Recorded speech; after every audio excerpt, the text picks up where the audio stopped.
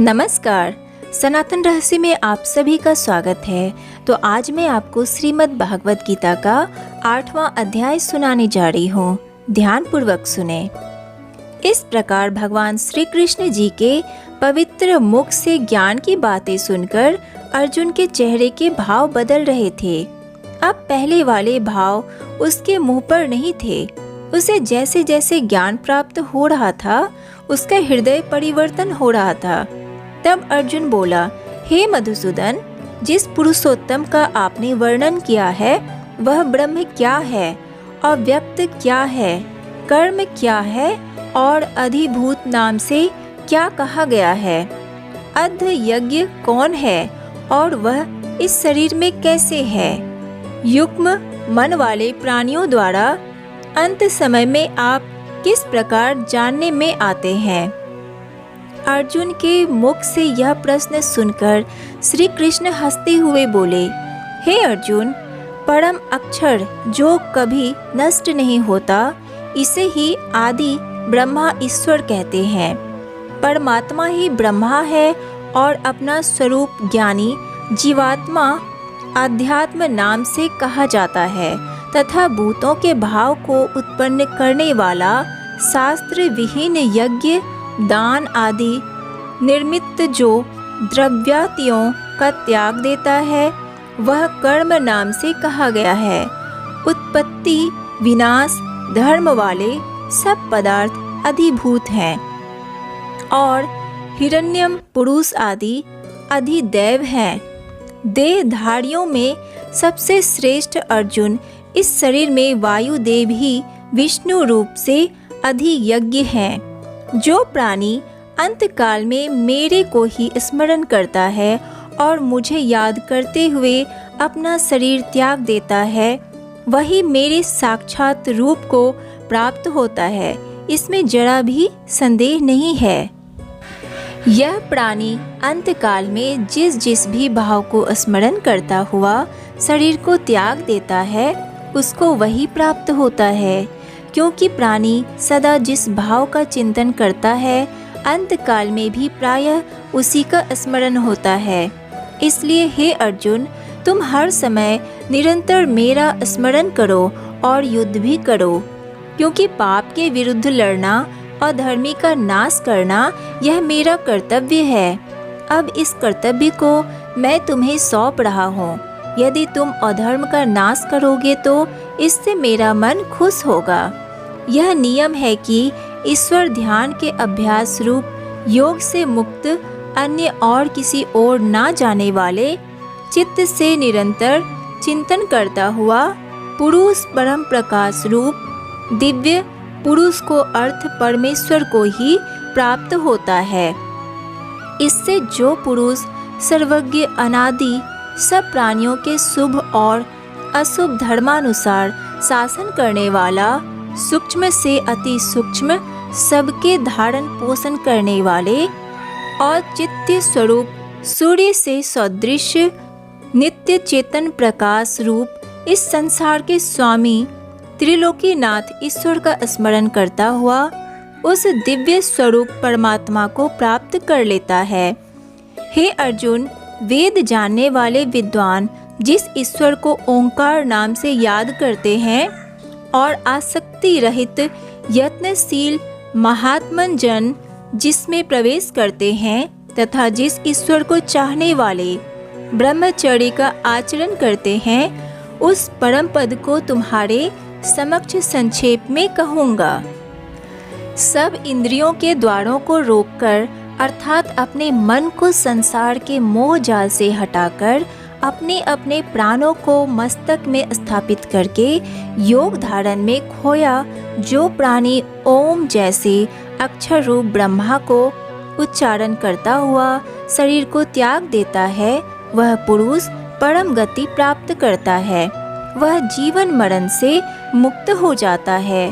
हे अर्जुन, जो पुरुष मेरे में अनंत चित्त से स्थित हुआ सदा ही निरंतर मेरे को याद करता है, मेरी पूजा करता है, ऐसे भक्त के लिए तो मैं स्वयं हाजिर होता हूँ। मैं स्वयं उसकी इच्छाओं का ध्यान रखता हूँ परम सिद्धि को प्राप्त हुए महात्मा जन मेरे को प्राप्त होकर फिर इस दुख भरे संसार में पुनः जन्म नहीं लेते हैं, क्योंकि ब्रह्मलोक से लेकर सब लोग पुनरावृत्ति स्वभाव वाले हैं, यानी जिनको प्राप्त होकर पीछे संसार में आना पड़ता है। परंतु हे कुंती पुत्र, मेरे को पाकर उनका पुनर्जन्म नहीं होता है, क्योंकि मैं कालातीत हूँ और यह सब ब्रह्मादिकों को पार करके अवधि वाले होने से अनित्य है। प्रिय अर्जुन, ब्रह्मा जी एक हैं, उनको 1000 चौकड़ी युग तक अवधि वाला और रात्रि को भी 1000 चौकड़ी युग तक अवधि वाले जो पुरुष तत्व से जानते हैं, अर्थात काल के अवधि वाला होने से ब्रह्मलोक भी अनित्य जानते हैं।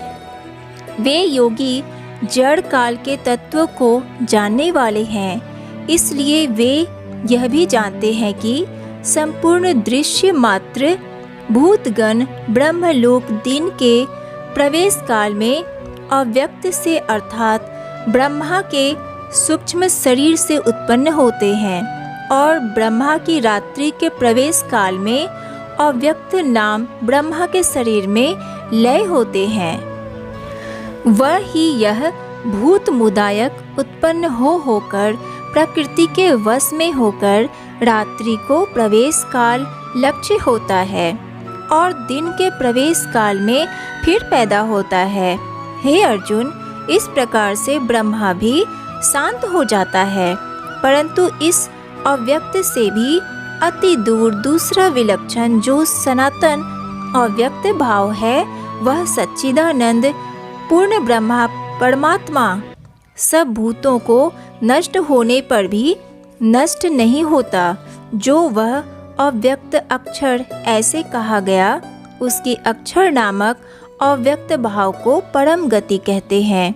तथा जिस सनातन अव्यक्त भाव को पाकर प्राणी पीछे नहीं जाते, वह मेरा परम धर्म है। हे अर्जुन, जिस ईश्वर के अंतर्गत सर्वभूत है, जिस ईश्वर से यह जगत परिपूर्ण है, वह सनातन अव्यक्त परम पुरुष अनन्य भक्ति से प्राप्त होने योग्य है। प्रिय अर्जुन, जिस काल में शरीर त्याग कर गए हुए भोगी गण पीछे ना जाने वाली गति को भी पा लेते हैं, उस काल अर्थात मार्ग के बारे में तुम्हें बताता हूँ। उन्हीं प्रकार के मार्गों में से जिस मार्ग में ज्योतिर्मय अग्नि देवता, दिन का देवता, शुक्ल पक्ष का देवता, उत्तरायण के 6 महीनों वाला देवता है, उस मार्ग में मरे हुए ब्रह्मवेत्ता अर्थात परमेश्वर की उपासना से परमेश्वर परोक्ष भाव से जानने वाले योगी जन उपरोक्त देवताओं के क्रम से ले गए ब्रह्मा को प्राप्त होते हैं। जिस मार्ग में रात्रि देवता है, कृष्ण पक्ष का देवता है और दक्षिणायन के 6 मास का देवता है, उस उलझन भरे मार्ग में मरने वाला प्राणी सकाम कर्म योगी उपरोक्त देवताओं द्वारा क्रम से ले गया हुआ चंद्रमा की ज्योति को प्राप्त होकर स्वर्ग में अपने शुभ कर्मों का फल भोग कर पीछे आता है। क्योंकि संसार में 2 प्रकार के पक्ष अर्थात शुक्ल पक्ष और कृष्ण पक्ष यानी देवयान और पितृयान मार्ग सनातन माने गए हैं। इसमें एक मार्ग के द्वारा गया हुआ आगे आने वाली परम गति को प्राप्त होता है और दूसरे मार्ग द्वारा गया हुआ पीछे आता है अर्थात जन्म मृत्यु चक्र में फंस जाता है। हे अर्जुन, इन दोनों मार्गों को तत्व से जानता हुआ कोई भी योगी मोहित नहीं होता है, अर्थात वह निष्काम भावना से साधना करता है, कामनाओं में नहीं फंसता। इस कारण हे अर्जुन, तुम हर काल में समस्त बुद्धि रूप योग से युक्त हो अर्थात निरंतर मेरी प्राप्ति के लिए साधना करने वाले हो, क्योंकि योगी लोग रहस्य को तत्व से जानकर वेदों को पढ़ने में तथा यज्ञ तप और दान आदि करने में जो पुण्य फल कहा है, उस सब को निसंदेह उल्लंघन कर जाता है और सनातन पद को प्राप्त करता है। तो आज के लिए बस इतना ही। इससे आगे की कहानी मैं आपको नेक्स्ट वीडियो में बताऊंगी। तो वीडियो को लाइक कीजिए और ज़्यादा से ज़्यादा शेयर कीजिए। राधे राधे।